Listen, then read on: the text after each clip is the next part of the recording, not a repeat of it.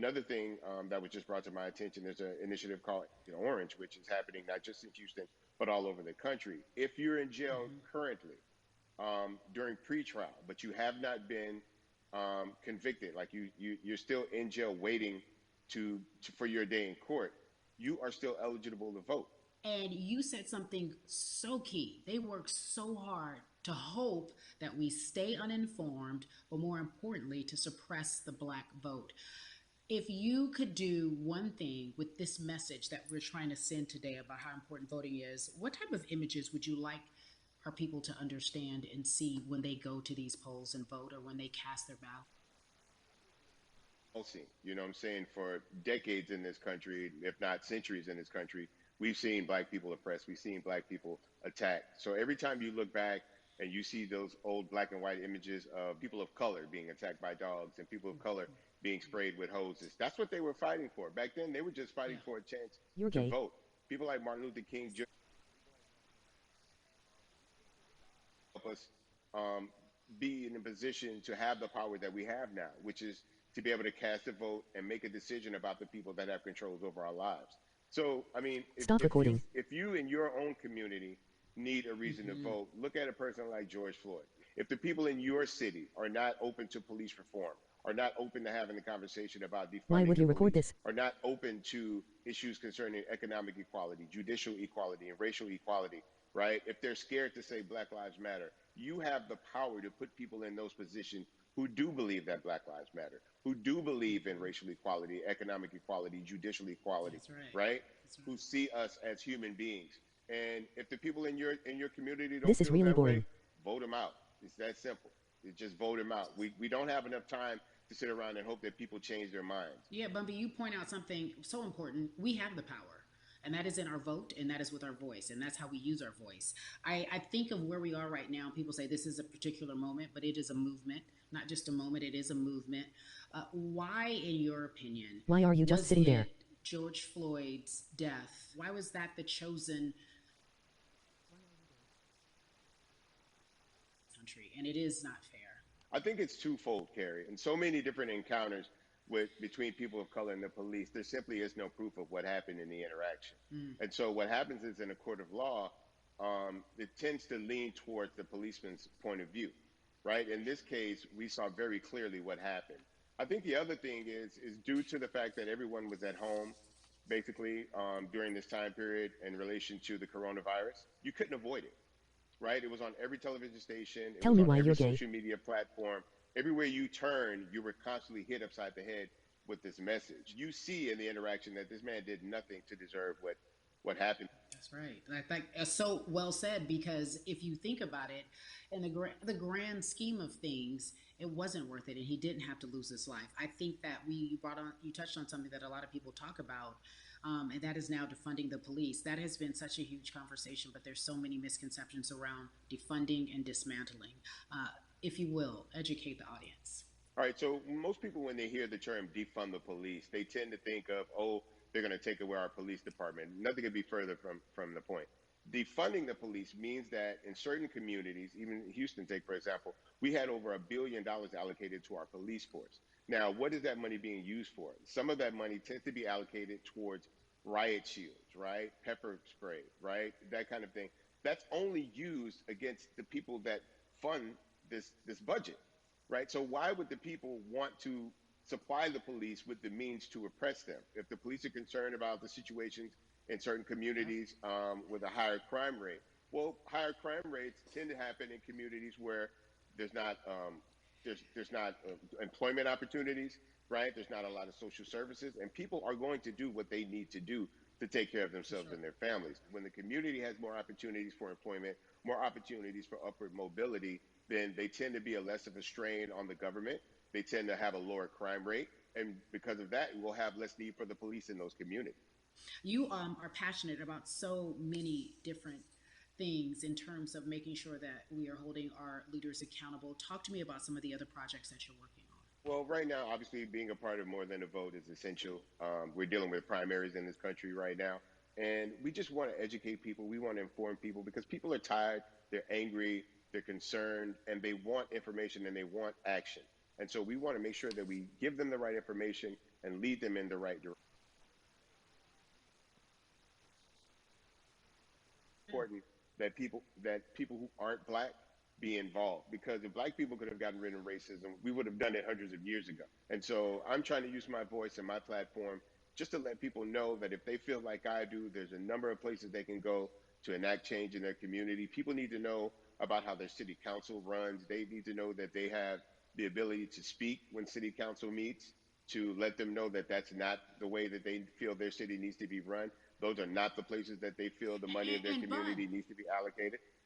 and Bubby, even a step further, they can run for office in their local community. They can run for positions. Like, people act like they leave it up to somebody else. If you're upset, it's not hard to get on the school board. It's not hard to be a part of the city council. It really isn't. And depending on how small your town is, you could be a mayor. It's the power is with the people, and we need to just know that that's happening.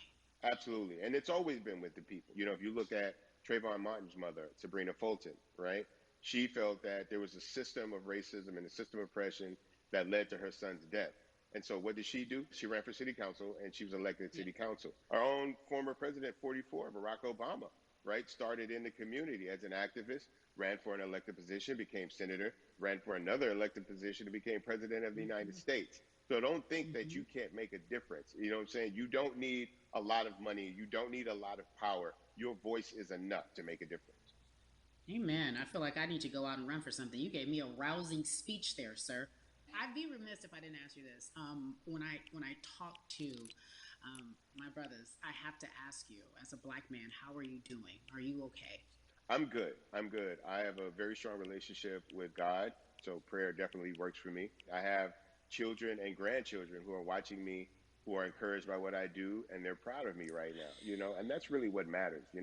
The change starts at home, so as long as you have a support system that believes in what you're doing and supports you in what you're doing, you have everything you need to go out there and fight the good fight. And for those that don't, there's a community of people here to help you. So you can go to places like morethanavote.org. There are many different places that will encourage you, inform you, and they will put you with groups of people that feel like you, that are ready to take action. So no one has to go about this alone if they want to do it. Yeah, we're stronger together. People have been saying it, but that has much more meaning now that we are in our movement, not just this moment.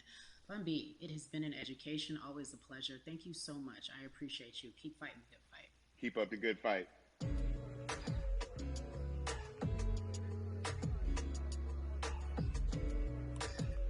Yeah, la la.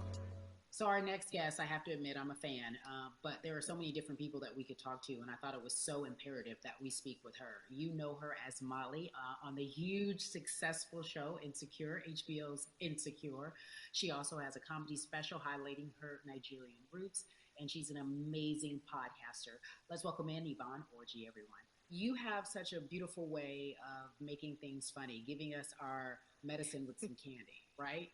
The humor and the healing. You bring all of that to your space. And right now, as you look across this country and how everyone is so broken and so upset, if it's not social injustice, it's the pandemic, it's depression, it's unemployment, the list goes on and on.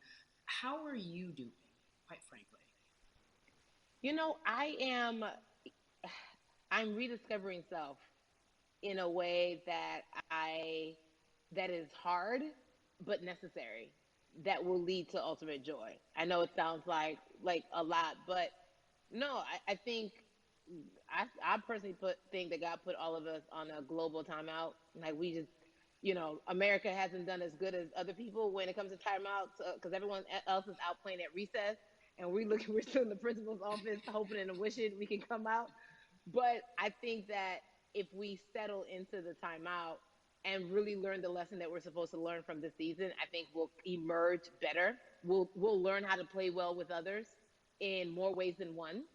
And so personally for me, I'm taking this time to learn me in a new way. I feel like I'm being ushered into a new season, and I'm getting still, because sometimes the busy confounds the work that we're supposed to actually be doing.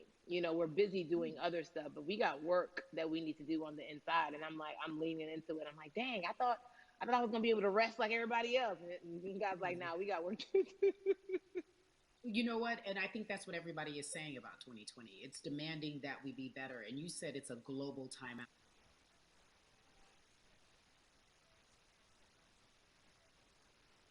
Lamar. But like, no, seriously, sit down and let's reevaluate some things. Let us unearth and shake up the things that we have been trying to hide within ourselves, within our nation. Yep. I happening right now. Did I say Barnes earlier? Who's that? I don't know. I might have. Who is He that? was on the. Are you the one watching? Yeah.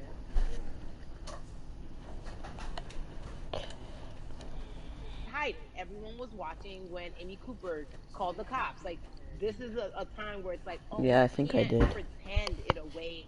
We can't excuse it away. No, no, no, no, no. It's a global timeout. Sit down, watch, What? and let's learn. And globally, it's like, hey, we were I going muted business as you usual, because but it ain't usual no more. Like that's it's old. just if people Anytime change join, occurs, it's I very want them to hear uncomfortable. this. And so right now we're sitting with we're getting we're getting comfortable with the uncomfortable. The minorities, we've been comfortable with being uncomfortable because that to me Good. exposes just the existence for whatever we want to do, how we break into our careers, how we live our lives, how we find ourselves one of the few or one of the first. And that's a lonely road. When you look at, and when you talk about this global timeout, everybody had to pay attention to Amy Cooper. Everyone had to pay attention to George Floyd. How is that helping us as a people, as a country during our global timeout? I think, well, one, we're not minorities. So Karen, you you're already only know it. 300 It's like V-Bucks away? these labels that they put on us. It's like the same way of saying like black on black violence. Oh, so there's no Raptor? white on white violence. It's branding, Yeah, right? It's all branding. you're right. You're It's right. like white people kill white people every single day. So no, there is no black on black violence. And if you say black on black violence, well then let's brand white on white violence. Like I watched Investigation Discovery. Ain't too many of us being featured. Are you talking about the style?